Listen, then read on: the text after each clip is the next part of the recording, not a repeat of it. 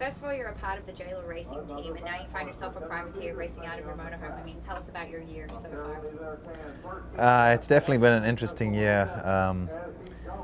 Obviously, when I sort of made it clear that I was coming back to race, which was only sort of at the last minute, there obviously wasn't a lot available. I think just with the economy, rides and teams and things had changed, and I'd been away for a couple of years, and they gave me an opportunity, which obviously I was thankful at the time.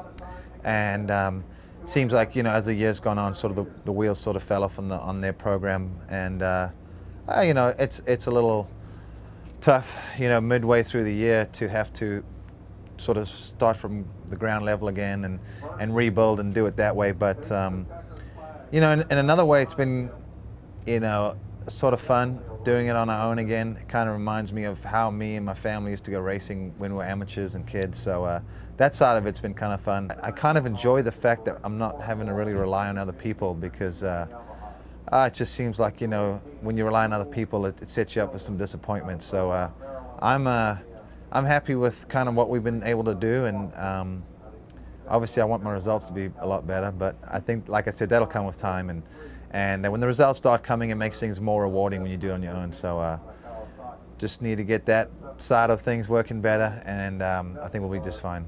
Yeah, over the years I've ridden for a lot of great teams, factory teams, and money's never been an issue.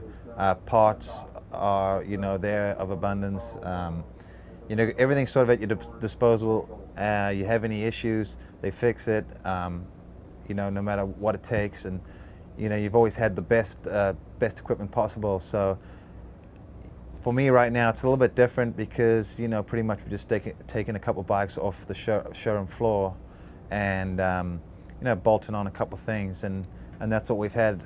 And that's why I said I think those things will change as the year goes on. We'll be getting more help from outside people, and it takes time and money, and up to this point we haven't had much of either. So it's pretty much just trying to be patient and not be too frustrated. I think the only thing keeping me going is I've really enjoyed the opportunity to come back and race, because that didn't seem like it was going to be an option for me, and still getting a lot of praise, or whatever you want to call it, from fans and just people in the industry, and that always feels good when you feel appreciated.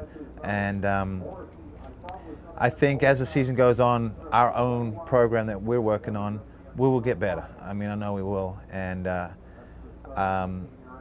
because it's not fun running mid-pack. Being that I've won championships, mid-pack is just not where I want to be. It's not where I'm used to running, and so I definitely need to be near the front. And I think a lot of these little combinations put together will start getting my confidence back, and I think we'll get rolling, and results will be much better. I wasn't really able to do both, manage my career and get my health back. It was pretty much put your career on hold and go and find out what's going on. And what I had is very, very rare. People still get confused with what it is. It's a melanoma tumor that develops in your eye, so it's a cancerous tumor. It's about 1 in 10 million. You have a greater chance of winning the lottery. So these days I just buy lottery tickets so I can avoid that stuff. And it took a long time to figure out what it was. And obviously, being a professional racer, you have to have good vision. And I think a lot of times people that don't really understand that couldn't understand how I couldn't ride with just one good eye. And I said, I'm not asking, I'm telling you, it's not possible to ride at this level, and it's not safe. It's not safe for me, and I don't want to put anyone else in danger. It was definitely a hard pill to swallow, I'll tell you that much. End of 2007 was a Cinderella story for me, winning the championship and then US Open and being on top of the world, and then the new season hadn't even barely got going, and it ended right there. And I realized it was pretty serious when they told me that, if I didn't take care of it, the risks involved are, anything from just being blind in one eye to dying. So, when someone mentions that and you got a wife and kids and just family and friends and people that care about you, it was pretty easy to which decision to make. And I went all around the world trying to find the best people there were, and we got it sorted out. And I was very, very lucky to be in the situation that I'm at, to be able to be racing. Best case scenario is just having some blurry vision out of your eye. And my vision is about as good as it could be under the circumstances. It's about 80% in my left eye, but the hardest part in the beginning was I'm left-handed, so I'm left eye dominant for my depth perception, and it was also weird. I had one good eye and then one eye that was blurry, and from that tumor it pushes the retina up, so it makes things look further away, blurry. I explain to people it's like looking underwater without goggles on. And so it's really hard when you got one eye that's perfect and one eye that's giving you something different. It gave me headaches, like migraines, when I try to ride, and I would hit holes and almost crash and never even see the hole. So I knew that there was no way I could race like that. And that's why I'm really thankful that it did improve. The doctors pretty much told me, you know, sorry, I think your professional career is done with. And that's why I was under the impression that I was done. And to be able to have a chance to come back, that's one of the main reasons I just didn't want to kick it in the head or just throw in the towel because there were some team issues. I'm like, I worked really hard just to try and come back and ride, and I don't want to just, you know, just not be there because things weren't going smooth. So that's why we kept it going, and like I said, I think the fans also appreciate that, and I've been feeling that kind of warmth, and it helps keep you driving on and on, because like I said, with bad results, that's not what keeps you going. And as long as I'm still having fun, I want to keep doing this. The next 3 years for Grant Langston, well, I don't know how long I would be able to manage to do it on my own, or, you know, if it ever makes sense, you know, to keep going that way.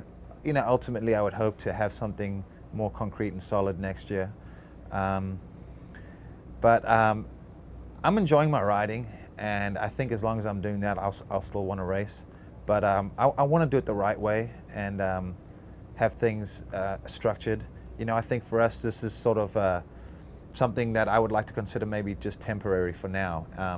But you never know.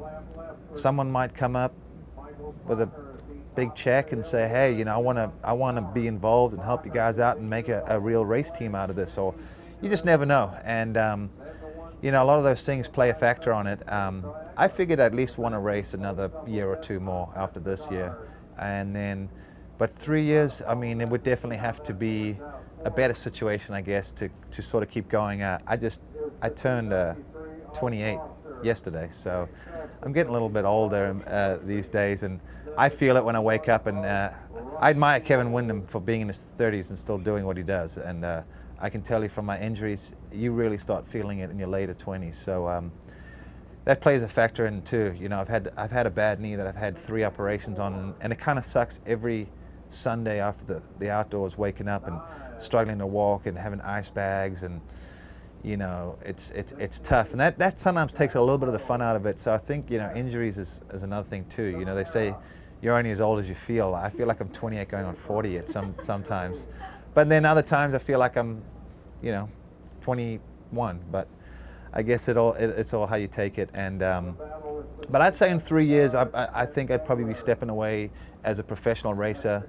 I'd still love to be involved in the sport. You know, I think there's opportunities for some different things. You know, I definitely want to try and see safety improve in our sport.